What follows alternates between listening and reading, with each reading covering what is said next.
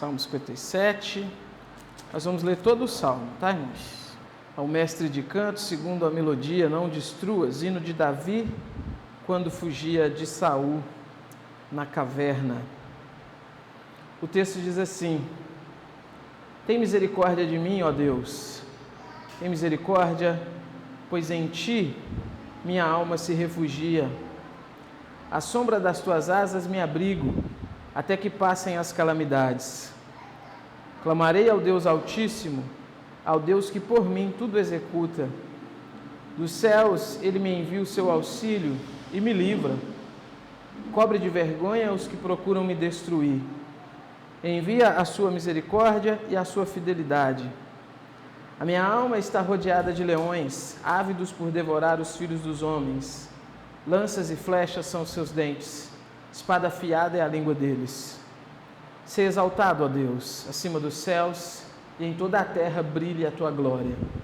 Armaram uma rede aos meus passos, a minha alma está abatida. Abriram uma cova diante de mim, mas eles mesmos caíram nela.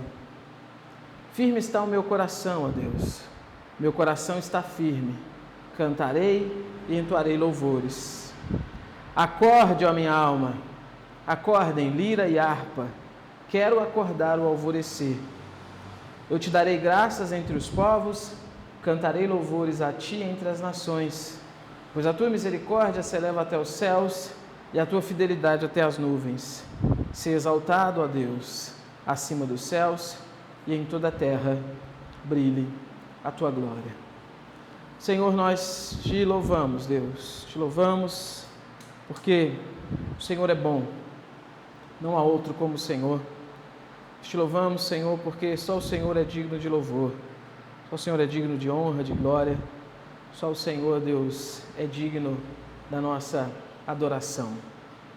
Muito obrigado, Pai, muito obrigado porque mais uma vez o Senhor nos deu essa oportunidade maravilhosa que é estarmos aqui em mais um domingo, mais um dia do Senhor, para prestarmos culto ao Teu nome. Que o Senhor continue conosco, Deus, nesse momento onde a Sua palavra será exposta, tanto aqui, Senhor, quanto para as crianças que também aprenderão ali do Senhor. Possa ser um momento de edificação, Deus, possa ser um momento onde nós venhamos aprender mais do Senhor, venhamos conhecer a Tua vontade, o Teu querer, e assim, Deus, servir melhor ao Senhor, e assim adorar o Teu nome da maneira como o Senhor deseja, e assim sermos instruídos, Deus, na maneira como vivemos nossas vidas, na maneira como nós conduzimos todas as coisas baseado, fundamentado na Tua palavra. Esteja conosco, Deus, nesse momento. Em nome de Jesus. Amém.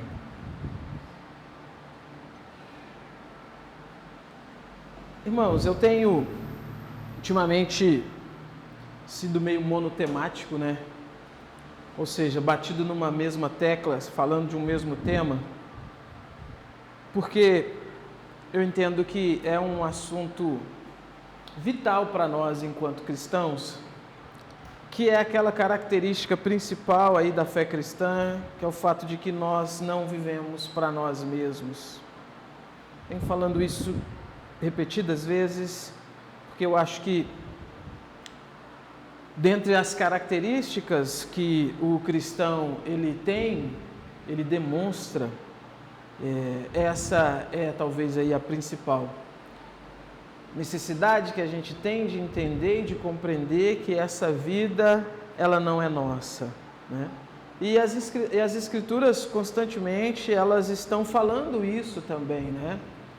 Constantemente o texto bíblico, nessa nossa exposição sequencial que a gente vem fazendo, tanto nos nossos cultos de domingo à noite, quanto na nossa EBD também, nos nossos estudos da confissão de fé, os assuntos eles têm meio que estado sincronizados, né, quando se refere a esse tema. E diversas vezes a gente vê a Bíblia então falando sobre isso. Nós não vivemos para nós mesmos, a nossa vida não é nossa, nós pertencemos ao Senhor, somos guiados e conduzidos por Ele. E ao mesmo tempo que isso é muito importante, isso é muito chocante também, né? Se a gente for analisar a maneira como a geração atual enxerga a vida, aquela vida, por mais que as pessoas, por mais que a sociedade, a mídia, as músicas falem sobre altruísmo, falem sobre, enfim, amor ao próximo, aquela coisa toda, isso tudo é furada, né? Isso tudo é um discurso vazio. No dia a dia, as pessoas demonstram bem esse narcisismo, essa inclinação para viver para si mesmo, essa ideia de que as coisas giram em torno de si próprio, né? Então é por isso que quando a gente entende, enxerga pela palavra de Deus, a Bíblia dizendo que nós não vivemos para nós mesmos, a Bíblia dizendo que a gente vive para servir o outro, para servir o nosso próximo e principalmente para servir a Deus, isso é um pouco chocante. E é por isso que muita gente, então, que não é cristão, que não, enfim, se reúne conosco, que não tem a mesma fé que a gente, eles acabam, quando ouvem isso, eles se espantam, porque eles começam a pensar que viver para o Senhor, então, é perder a liberdade de viver da maneira como querem viver. Que viver para Deus, então, é ficar restrito, é ficar preso, é ficar aí, enfim, limitado a uma vida retrógrada, a uma vida chata, a uma vida tediosa e tudo mais. Mas sabe, irmãos, de fato, viver para o Senhor é perder a liberdade de fazer aquilo que você quer. De fato, viver para o Senhor é você não mais seguir os desejos do seu coração. Irmãos, que bênção! Que bênção! Quando a gente entende pela Bíblia Sagrada quem nós somos, a nossa natureza, as nossas inclinações, quando a gente entende pela Escritura Sagrada a realidade sobre nós mesmos, entender então que viver para Deus não é fazer a nossa vontade, não é cumprir os nossos desejos, é entender que essa é uma libertação, que essa é uma bênção. Se você lembrar do texto ali de Romanos, capítulo 1, quando o apóstolo Paulo ele vai descrevendo, a partir do versículo 18, a depravação da humanidade, pelo fato das pessoas constantemente irem se recusando a adorar a Deus, pelo fato das pessoas constantemente negarem o Senhor e correrem para longe do Senhor, um dos castigos, ou o principal que Paulo vai colocar ali, ele repete 3 vezes, do versículo 18 até o 32, é aquele termo, por isso Deus os entregou. E aí quando você vai ver, os entregou a quê? Ao diabo? Os entregou aos inimigos? Não, os entregou a si mesmo. Os entregou às próprias inclinações, os entregou aos próprios desejos. Então, de fato, viver para Cristo, não viver para nós mesmos, é sim ser tolhido de uma liberdade de viver para nós mesmos, de fazer a nossa própria vontade, mas isso do ponto de vista bíblico, então, é uma bênção, é uma maravilha. Maldição para você seria se você continuasse seguindo o seu próprio coração. E aí a gente entende, então, por que a Bíblia, de certa forma, ela apresenta paradoxos, né? Ou seja, você precisa perder para ganhar, você precisa morrer para viver, e é assim que a Bíblia, enfim, trabalha. Entender isso então, irmãos, entender que a vida cristã é perdendo que se ganha, é morrendo que se vive, é estando limitado então nas nossas ações, é que a gente realmente conquista a liberdade. Entender isso deve nos levar então a uma vida de constante gratidão a Deus. Gratidão. Essa palavra, ela precisa sair apenas dos nossos lábios e do nosso crentez e de fato entrar no nosso coração. Gratidão. Gratidão a Deus. Sabe por quê, meu irmão? Porque eu sei que vocês já sabem disso. Eu sei que vocês já ouviram 1 milhão de vezes isso. Mas não tem problema dizer de novo. Tudo o que acontece na sua vida acontece porque Deus quer. Tudo o que você conquista, tudo o que você consegue, tudo o que está relacionado com a sua vida, pelo qual você fica alegre, você se orgulha e tal, de ter conquistado, de conseguir, foi Deus que te deu. Foi Deus que te concedeu. Nada é por você. pelos seus próprios méritos, pelo seu próprio esforço. É graça de Deus. E não precisa ir muito longe para entender isso, não. Tem pessoas muito mais capacitadas do que você, muito mais inteligentes do que você, muito mais capazes do que você na área que você atua, e não são tão abençoadas quanto você. Por quê? Porque é a vontade de Deus. É Deus que faz, é Deus que conduz. Não é simplesmente, então, o nosso esforço. E aí, olha como que isso, perceber isso, então, esvazia o nosso ser de qualquer arrogância, de qualquer orgulho, de qualquer senso de justiça própria. Quando a gente vê a Bíblia nos jogando de fato no chão e dizendo para a gente assim, olha, você não é nada, você não faz nada, você não consegue nada, você não conquista nada se não for Deus, isso é de fato uma humilhação. E, de novo, é a questão dos paradoxos que eu estou dizendo, né? É reconhecendo e, de fato, sendo humilhado dessa forma que a gente cresce, que a gente é colocado, então, de pé na presença de Deus. Então, pensando dessa forma que eu estou introduzindo e aplicando isso de forma geral na nossa vida, toda a nossa vida, a todo momento, a cada segundo, a cada instante, ela deve ser uma vida de gratidão a Deus por tudo que Deus tem feito por você. Se você de fato entende isso, se você de fato consegue compreender essa realidade bíblica, a sua vida, ela tem que ser uma vida de ação de graças. Ela tem que ser uma vida que quando você para e pensa em tudo, sabe quando aqueles momentos, sei lá, às vezes você está com insônia, né? Aí você fica pensando, ou no banho, né? Enfim, acho que o momento onde a pessoa mais filosofa é no banho, né? No banho ali você viaja, sua mente viaja. A Semig agradece, né? A Sesama também. Mas nesses momentos, irmãos, é que a gente deve, sabe, ser trazido na nossa memória esse senso, meu Deus, muito obrigado. Muito obrigado, Senhor. E por que eu quero falar disso hoje? Nosso culto de ação de graças já aconteceu, né? E foi uma bênção. Mas a gente está caminhando aí então para o fim do ano, né?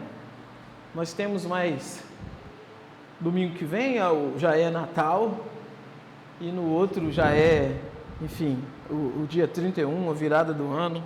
Então é importante a gente pensar hoje,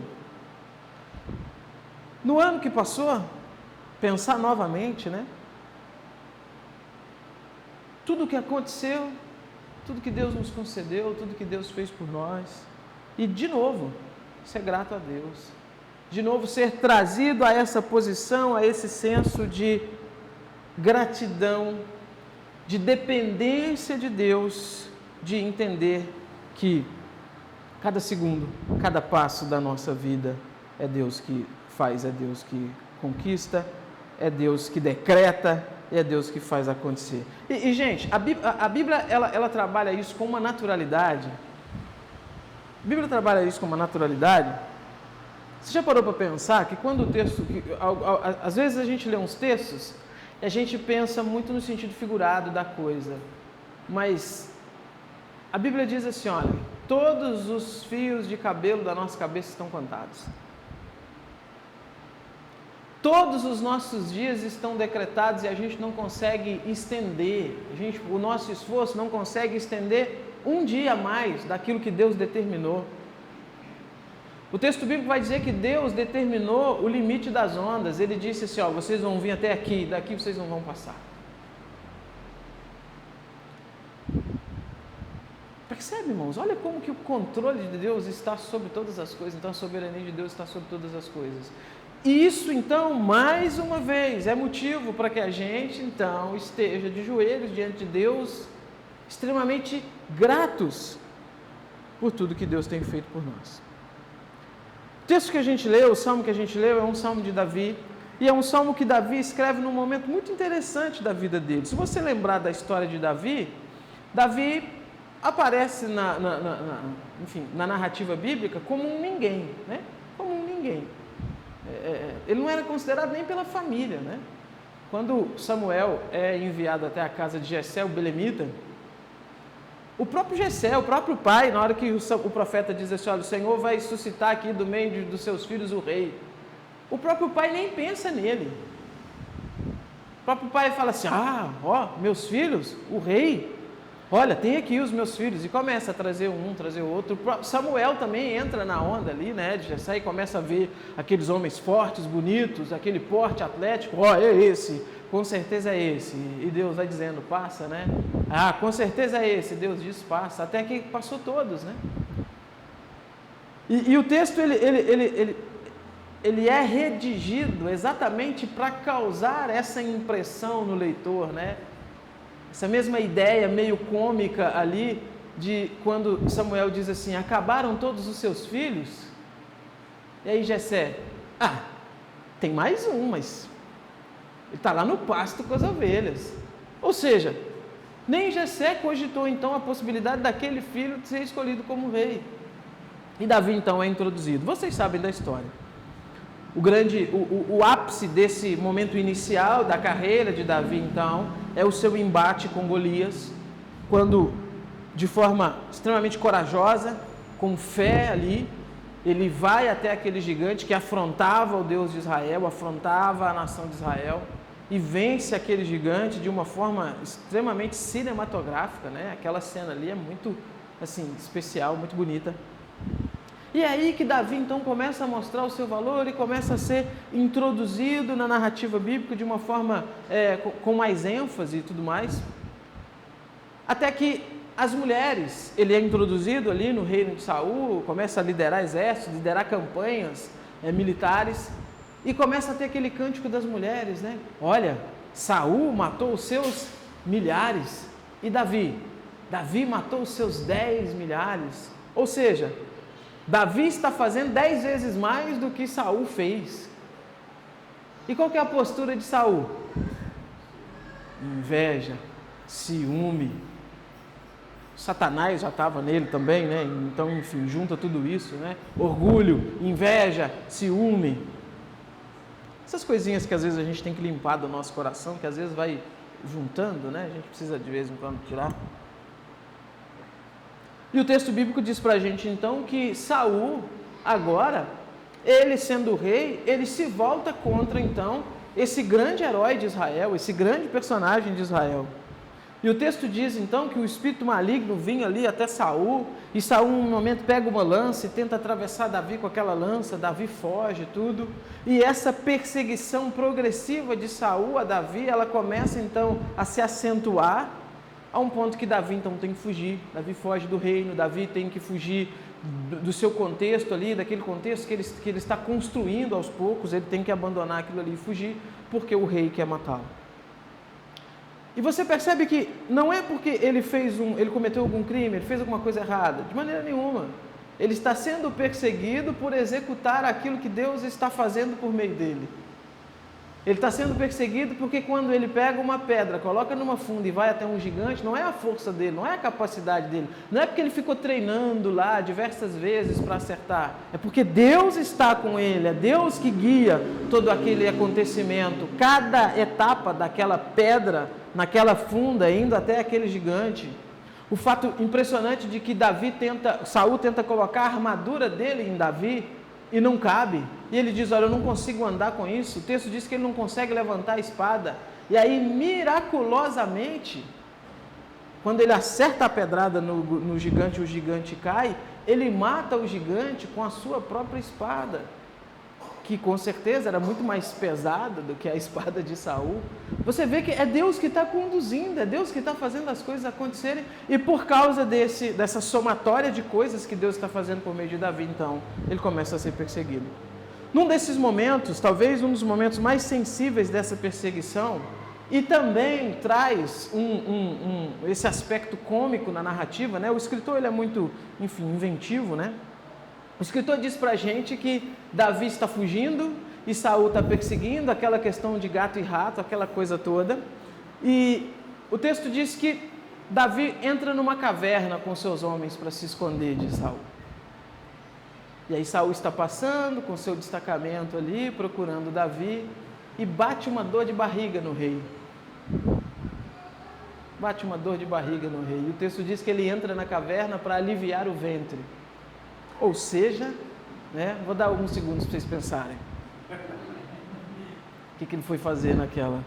O que será, O que será isso?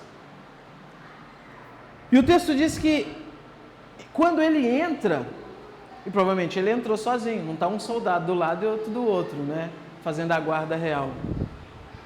O texto diz que Davi está ali e os homens de Davi estão com ele e dizem: olha, o Senhor está entregando o seu inimigo nas suas mãos, mate-o. Com certeza alguns se voluntariam, deixa eu ir lá e matar ele, o seu inimigo. E Davi diz: não, eu não vou levantar minha mão para tocar no ungido do Senhor. O Senhor que ungiu ele como rei, o Senhor que vai resolver com ele. Mas o que Davi faz? Davi corta um pedaço do manto, da capa ali, da túnica de Saul.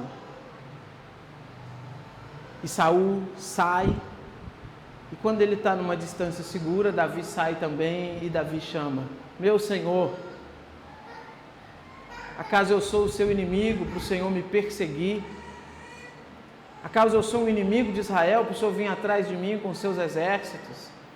Hoje o Senhor te entregou a sua vida nas minhas mãos, e eu poupei a sua vida. E aí Davi balança, aquele pedaço da roupa de Saul que ele havia cortado, deixando claro que ele esteve a uma distância.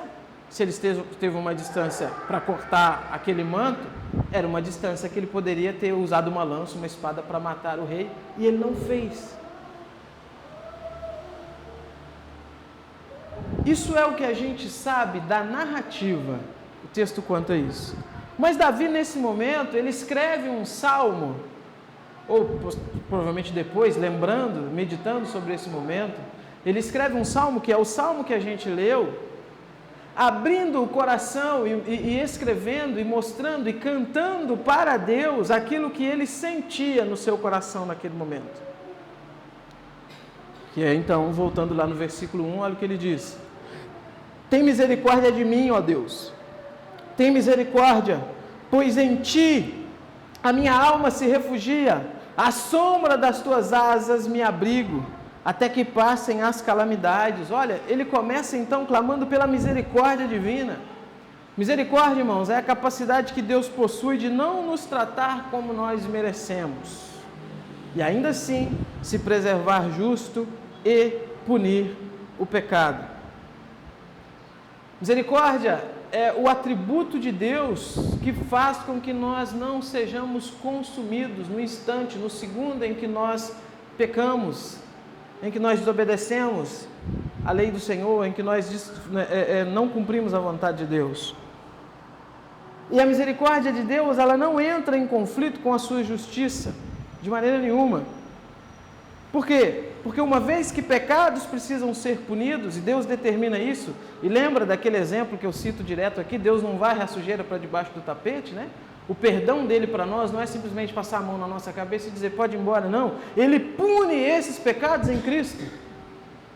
Cada pecado que você comete, cada pensamento errado que você tem, cada olhar errado que você tem, cada conduta errada que você tem, quando você se arrepende, é uma demonstração de que aquilo foi lançado sobre Cristo ali na cruz do Calvário.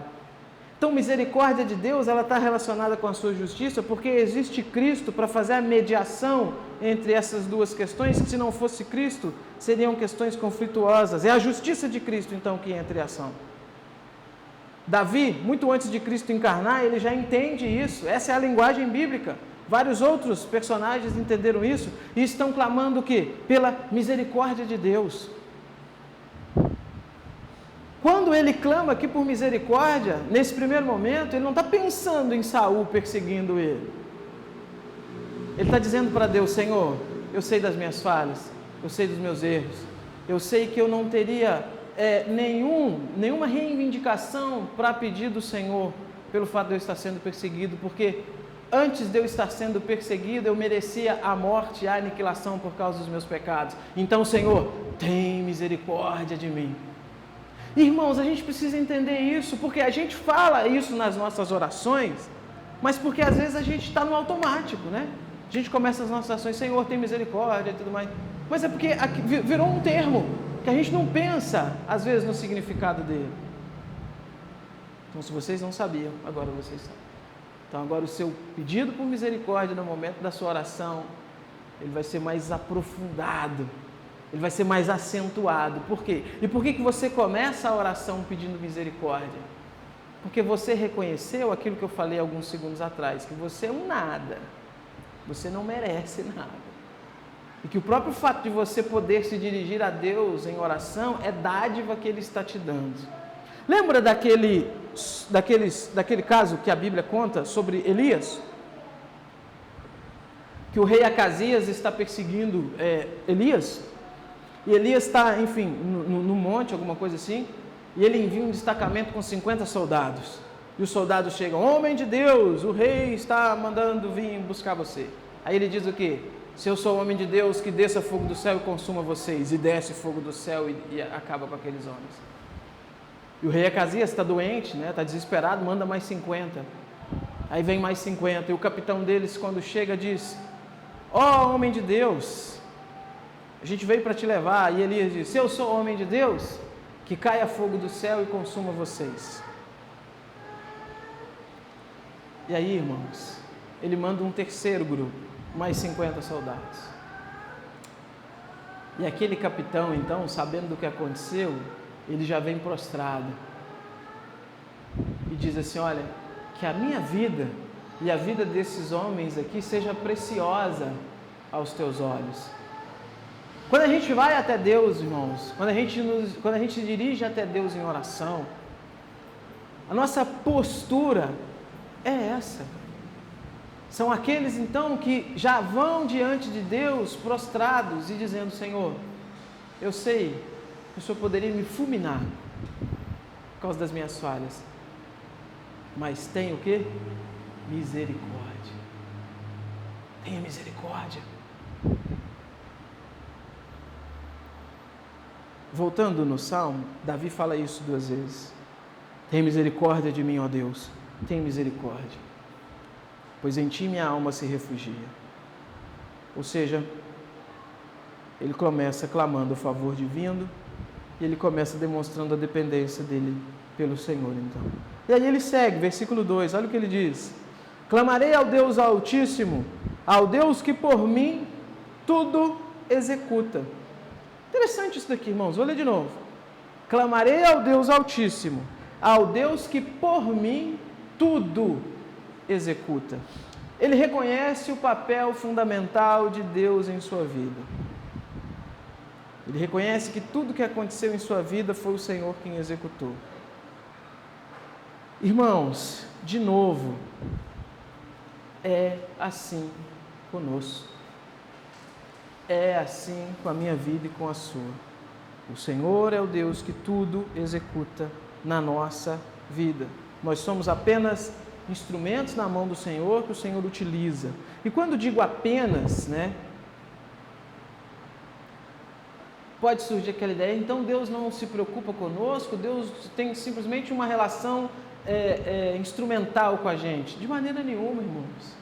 De maneira nenhuma. Ser um instrumento de Deus é uma dádiva, é graça, é um privilégio. Você lê o Antigo Testamento, você percebe como que os homens se sentiam honrados por trabalharem, por servir alguns outros homens. Por exemplo, quando Sara morre, Abraão ele vai tentar comprar o campo de Maquipela. E o dono daquele campo ele diz assim, não, eu não vou te vender. É uma honra para mim ceder aquela terra. E Abraão precisa insistir para que ele então aceite o dinheiro. Outras partes da Bíblia Sagrada mostram isso, as pessoas se sentindo honradas por terem o privilégio de servir a outras pessoas. Imagina nós entendendo que nós somos um instrumento na mão do Deus Todo-Poderoso. Não é uma relação então utilitarista, não, irmãos. Ser instrumento de Deus é uma bênção. Ser usado por Deus é uma dádiva, é um presente, é uma graça. Então não, nada de utilitarismo. Filipenses 2,13, eu vou ler para a gente ganhar tempo. O apóstolo Paulo, ele trabalha um pouco disso aqui, porque ele diz assim, olha, porque Deus é quem efetua em vocês tanto o querer como realizar segundo a sua boa vontade. Ou seja, de novo, nossa vida, todos os acontecimentos guiados por Senhor. Volta para o versículo 3 lá do Salmo 57. Davi segue. Dos céus ele envia o seu auxílio e me livra, cobre de vergonha os que procuram me destruir. Envia a sua misericórdia e a sua fidelidade. Interessante aqui, né, irmãos? Porque, veja, Davi, ele utiliza aqui o verbo no presente.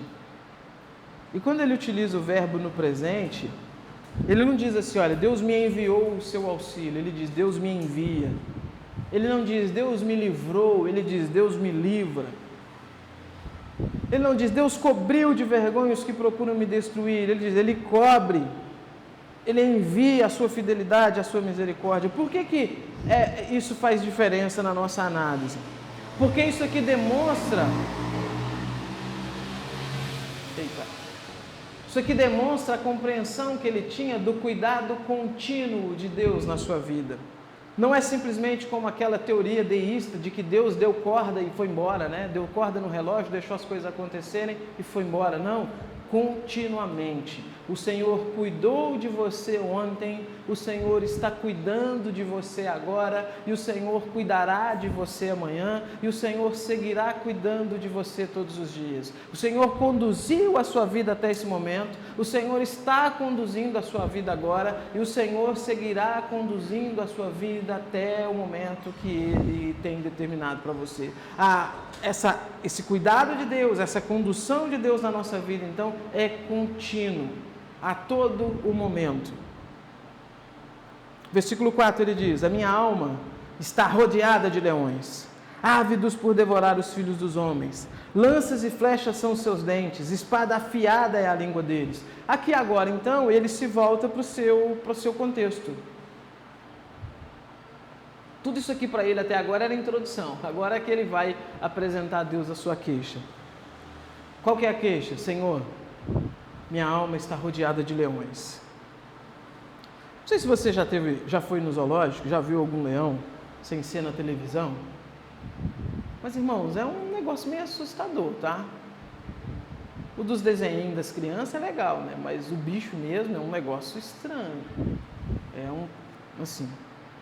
E as pessoas aqui, nessa época, né? Nessa época Israel tinha leões, né? As pessoas estavam... acostumadas com isso. Isso daqui não é puramente uma ilustração que ele está utilizando, é algo do cotidiano, é algo do dia a dia. E percebe, ele não diz assim, eu me deparei com um leão. Não, a minha alma está rodeada de leões, ávidos por devorar. Lanças e flechas são os seus dentes, espada afiada é a língua deles. Ou seja, irmãos, ele está falando, Senhor, eu estou em perigo. Eu estou em perigo de morte.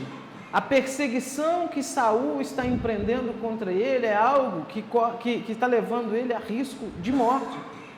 Porque você acha que se Saul conseguisse pegar Davi com a raiva, com o ciúme, tudo ele ia fazer? Ele ia prender Davi no presídio federal de Jerusalém.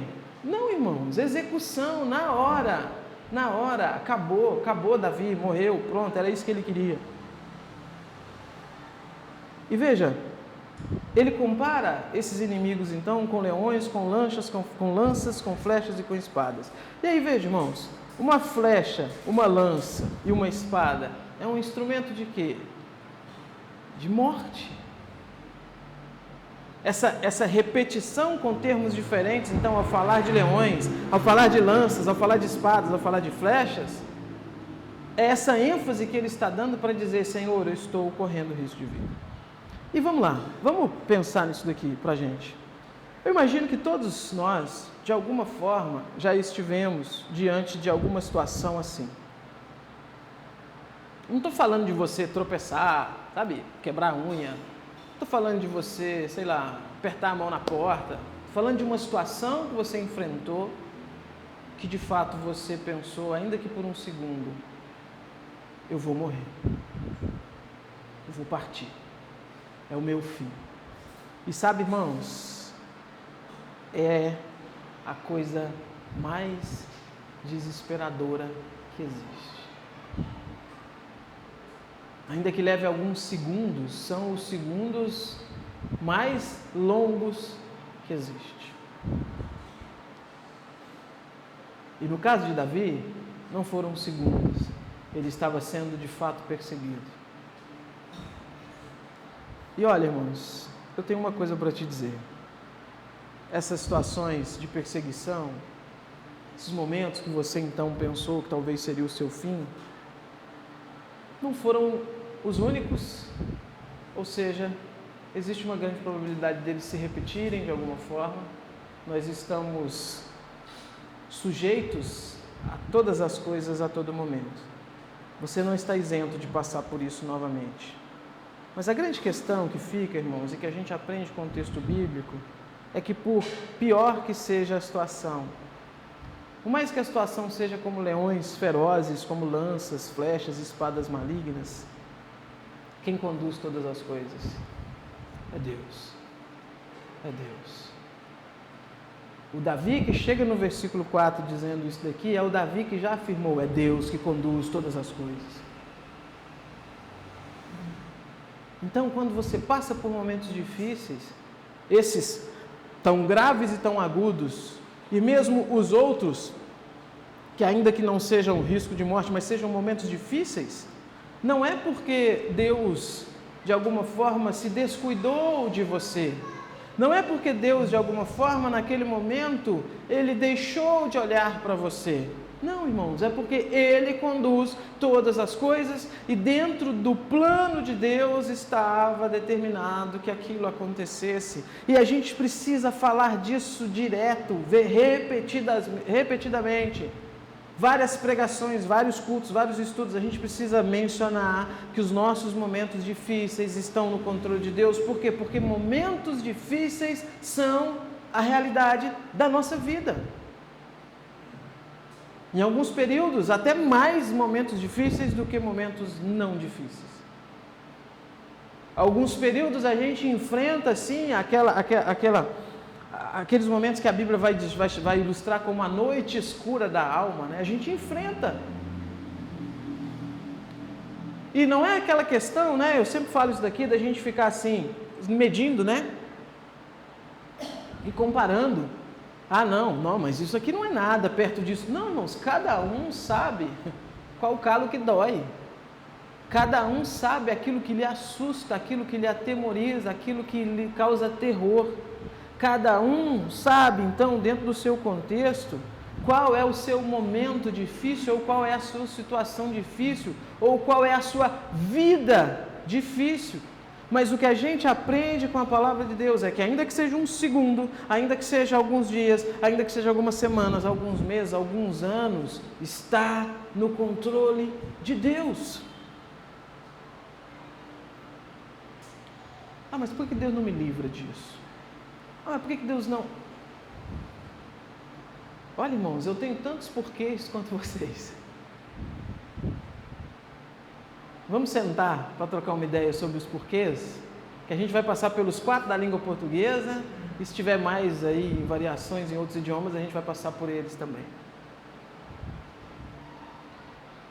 Todas essas respostas, sabe quando que a gente vai obtê-las?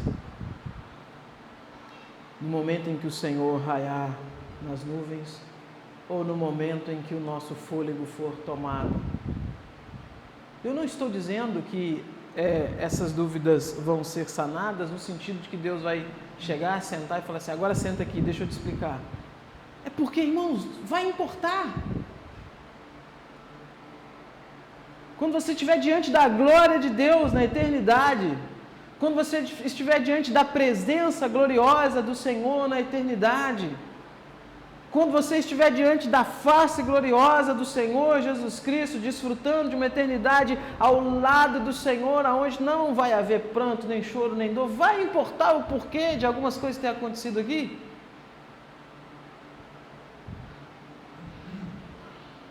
Imagina a criança. A criança fala assim: papai, vamos jogar bola. Aí você diz: agora não pode. Aí ele pede de novo: papai, vamos. Você diz: agora não pode. Aí chega um momento que pode, aí você vai. Você acha que no momento lá ele vai segurar a bola e falar assim: papai, por que naquela hora não podia?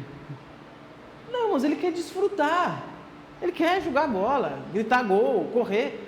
Sabe, a ilustração é a mesma. Aqui, nesse momento, enquanto Deus está dizendo para a gente: agora não dá, agora não pode, a gente está cheio dos porquês, mas no momento de desfrutar da presença dEle, esquece.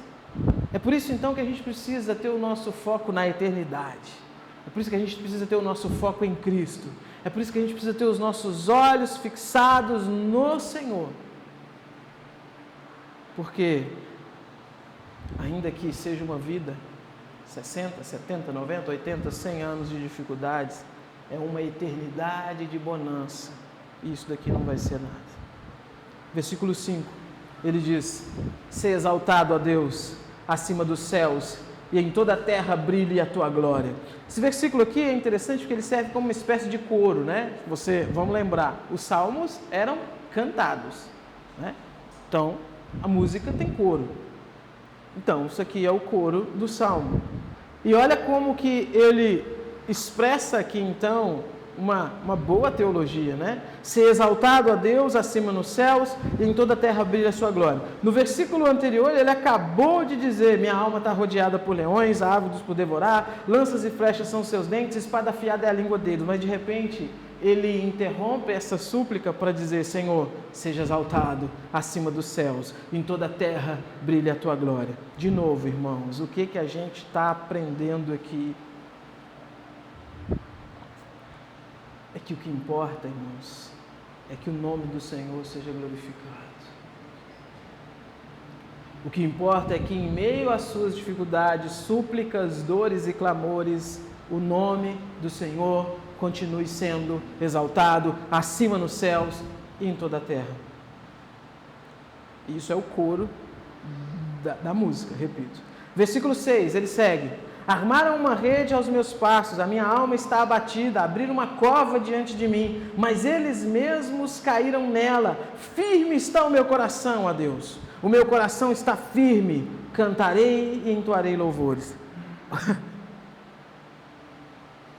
Quem não é cristão, quem não conhece o Deus da Bíblia e não entende a Bíblia, lê um negócio desse e fala assim: esse povo é esquizofrênico, esse povo é doido. Porque, veja, olha como que varia, né, a coisa.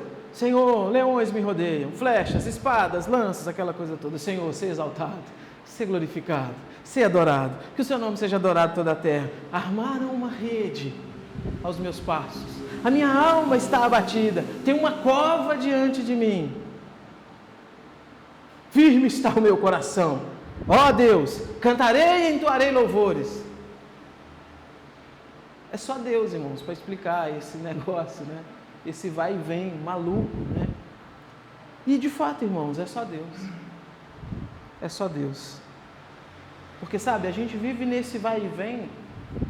Às vezes as angústias vêm à nossa mente, aí a gente fala: Senhor, tem misericórdia. Mas nesse momento a gente lembra de tanta coisa boa que Deus está fazendo, tanta coisa legal, como que Deus está conduzindo as coisas, e a gente: ô Senhor, seja exaltado, seja adorado. Aí a angústia vem de novo, o sofrimento, aquela situação que você está enfrentando, aí você fala: Senhor, mas tem misericórdia de mim, Senhor, me ajuda. Aí você lembra assim: poxa, o Senhor me salvou, me libertou, eu estou indo para o céu. Senhor, seja exaltado, seja glorificado.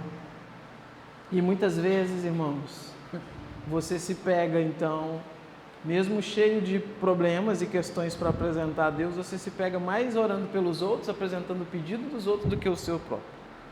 Isso é ser crente, irmãos. Isso é ser crente. Isso é ser de fato cristão. Mas ele põe um negócio aqui interessante que eu quero pensar junto com vocês também. No versículo 7, no 6 ele falou sobre a cova, aquela coisa toda, ainda no contexto da perseguição, mas no versículo 7 ele repete: firme está o meu coração está firme. E aí ele diz assim: cantarei e entoarei louvores. Meu irmão, minha irmã, nessa nossa esquizofrenia diária, então, Qual foi a última vez que você cantou louvores a Deus? Não estou dizendo aqui no culto, né? No momento que a gente vem para o culto, que a gente aqui canta e tudo mais. Eu estou dizendo no seu dia a dia. Qual foi a última vez que você se pegou ali, se viu meditando nas maravilhas do Senhor?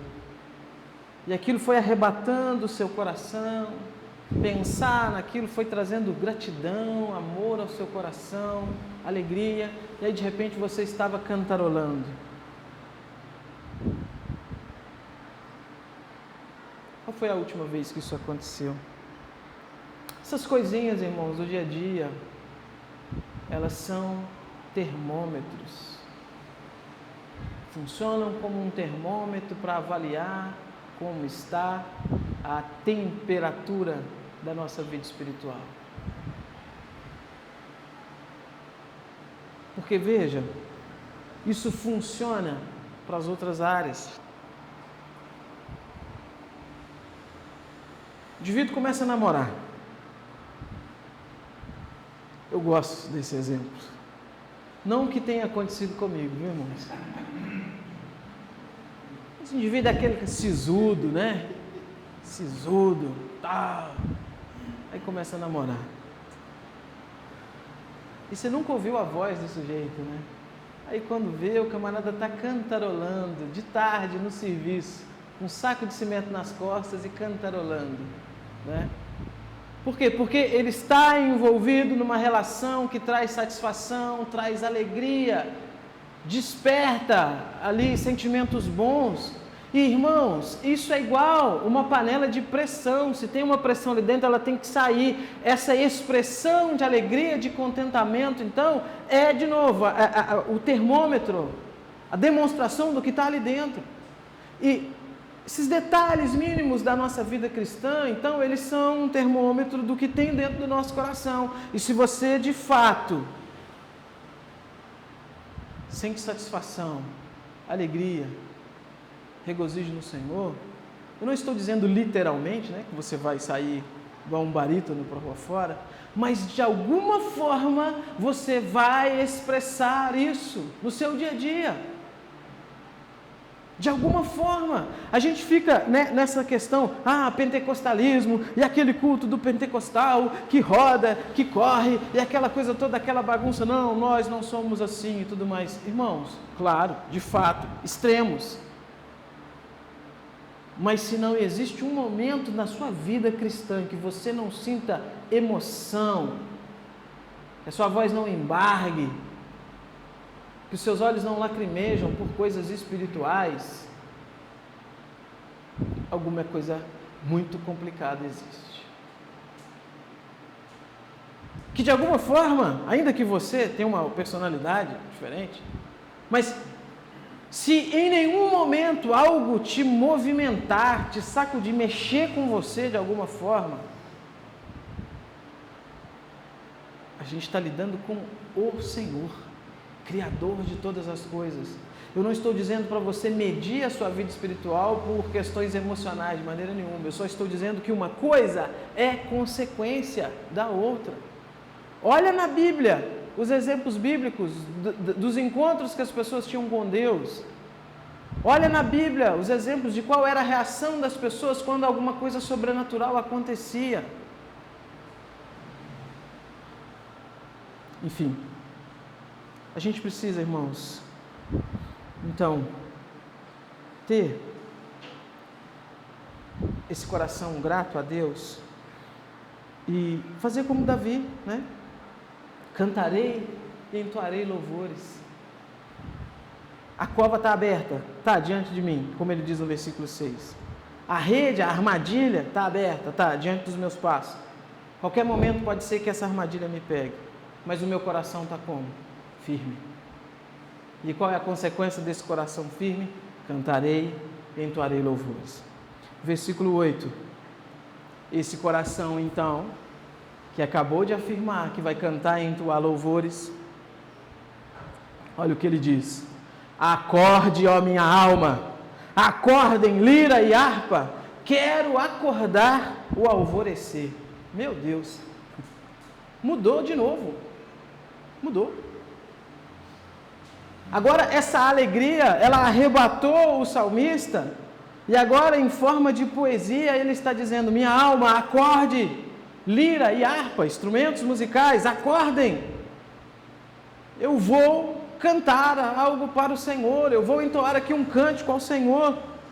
Por quê? Porque ele está alegre, ele está cheio de gratidão. Versículo 9: eu te darei graças entre os povos, cantarei louvores a ti entre as nações, pois a tua misericórdia se eleva até os céus e a tua fidelidade até as nuvens. Ele esqueceu da perseguição, né? Entre aspas. Por quê? Porque aquela súplica por ajuda, aquela súplica pelo auxílio divino se transformou numa linda poesia em adoração a Deus, em louvor a Deus, como resultado de um coração grato a Deus por tudo que Deus já fez, por um coração que reconhece que Deus já fez demais, comparado com aquilo que ele merece. E aí ele fecha então: ser exaltado a Deus acima dos céus, e em toda a terra brilha a tua glória. Sabe, irmãos, isso aqui tem tudo a ver, então, com essa questão de gratidão a Deus. Porque, vamos fazer um autoexame momentâneo. 2023 está terminando. Foi difícil, né? Ufa, difícil, complicado. Alguns contextos bem, enfim, belicosos no nosso país, altos e baixos na nossa vida, dilemas que a gente enfrentou, lutas que a gente enfrentou e tudo mais. Mas olha que interessante, a gente está aqui. A gente está aqui. E eu te garanto, meu irmão, minha irmã, que se você sentar, fizer uma planilha, uma lista de todas as situações, e nessa lista você colocar ali 2 colunas: coisas boas, coisas ruins, bênçãos e tribulações. A lista das coisas boas, ela vai ser infinitamente maior. Sabe por quê? Não necessariamente porque ela vai conter mais itens, mas é porque ela vai conter um item que vale por todos os outros: salvação. Não foi isso que Jesus disse? De que adianta o homem ganhar o mundo inteiro se perder o quê? Salvação.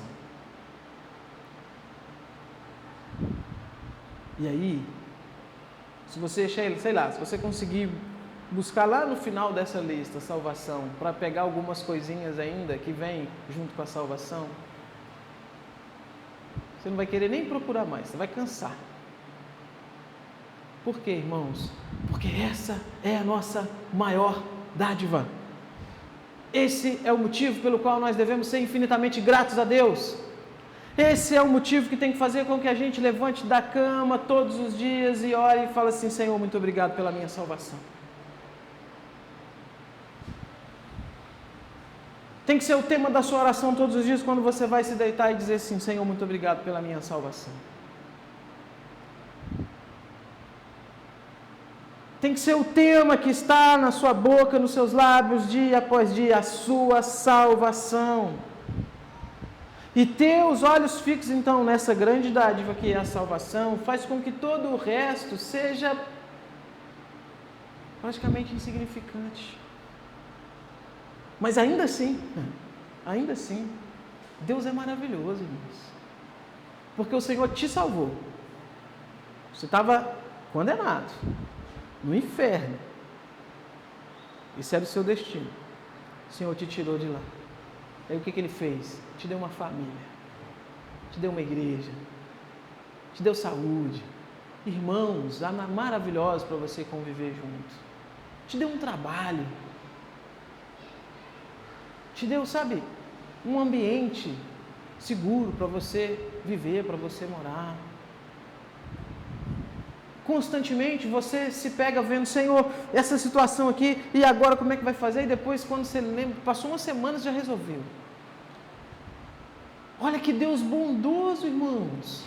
É por isso que a gente não pode focar então apenas na parte da tribulação, a gente foca nisso. E a gente então é grato ao Senhor.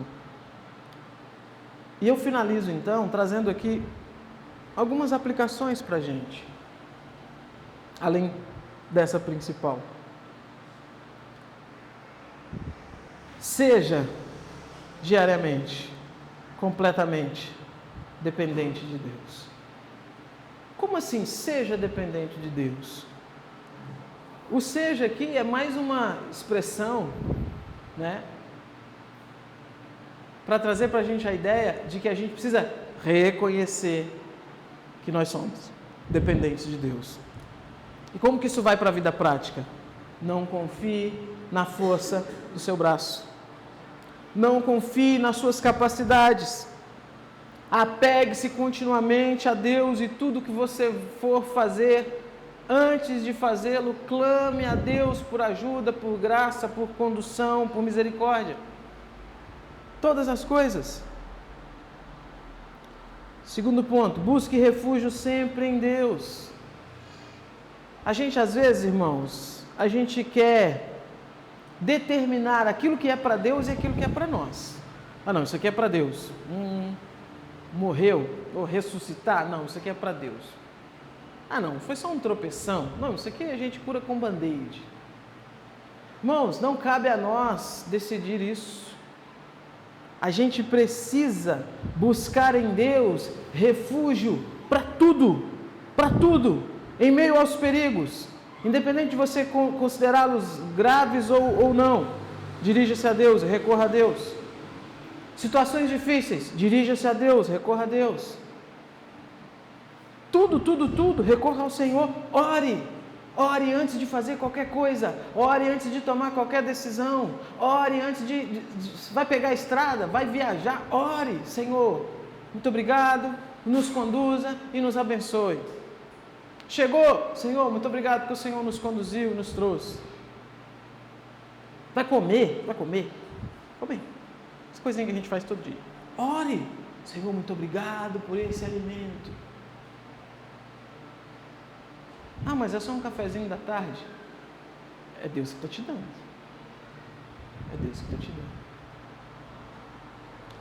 Terceira coisa, assim como Davi, louve a Deus.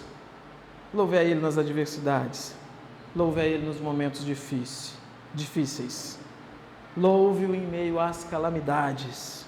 Louve-o sempre. Louvor ao Senhor não pode sair dos seus lábios. Louvor ao Senhor não pode sair do seu coração. Ele tem que estar constantemente ali, presente na sua vida. Louve a Deus, glorifique a Deus, exalte a Deus em tudo, em todos os momentos. Porque, irmãos, a nossa principal missão é o louvor e a adoração a Deus. Estava conversando com os irmãos no final de semana e a gente estava discutindo sobre isso. Um concílio pastoral, né? E aí surgem essas perguntas, né? Qual que é a principal missão da igreja? E o que realmente, geralmente é respondido, né? Evangelizar o mundo. Essa é a principal missão da igreja. Tá, vamos pensar. Você está me dizendo então que Deus criou Adão e Eva para evangelizar o mundo? Não. A evangelização existe porque aconteceu um problema. A principal missão de anjos, de homens, de todo ser que respira, como foi lido aqui, é exaltar a Deus, glorificar a Deus. Só existe missão porque o homem falhou lá no Éden, nessa sua missão principal, que é então adorar a Deus. Só existe evangelização, necessidade de evangelização, porque o homem falhou nisso. E é preciso então resgatar esse homem que falhou nisso e que se afastou desse Deus para trazê-lo novamente para adorar a Deus. Por isso que o nosso culto se chama culto. Poxa vida, culto, o que significa essa palavra? Cultuar, a adorar, a gente se reúne para isso. Por isso que o culto ele é o quê? Cristocêntrico. A figura central é Cristo. É por isso que a gente não faz aqui o culto do pastor. Misericórdia. Como dizem alguns irmãos, está amarrado. Não, irmãos. Porque é para Deus. É uma blasfêmia nós transformarmos esse momento para direcionar as nossas atenções para qualquer outra coisa que não seja Deus. Então, louve a Deus, adore a Deus. Sua missão principal é essa, louvá-lo, adorá-lo. E vamos lá, não confunda louvar e adorar a Deus somente com cantar. A gente usa a ideia do cântico, porque é uma maneira de expressar esse louvor, essa adoração.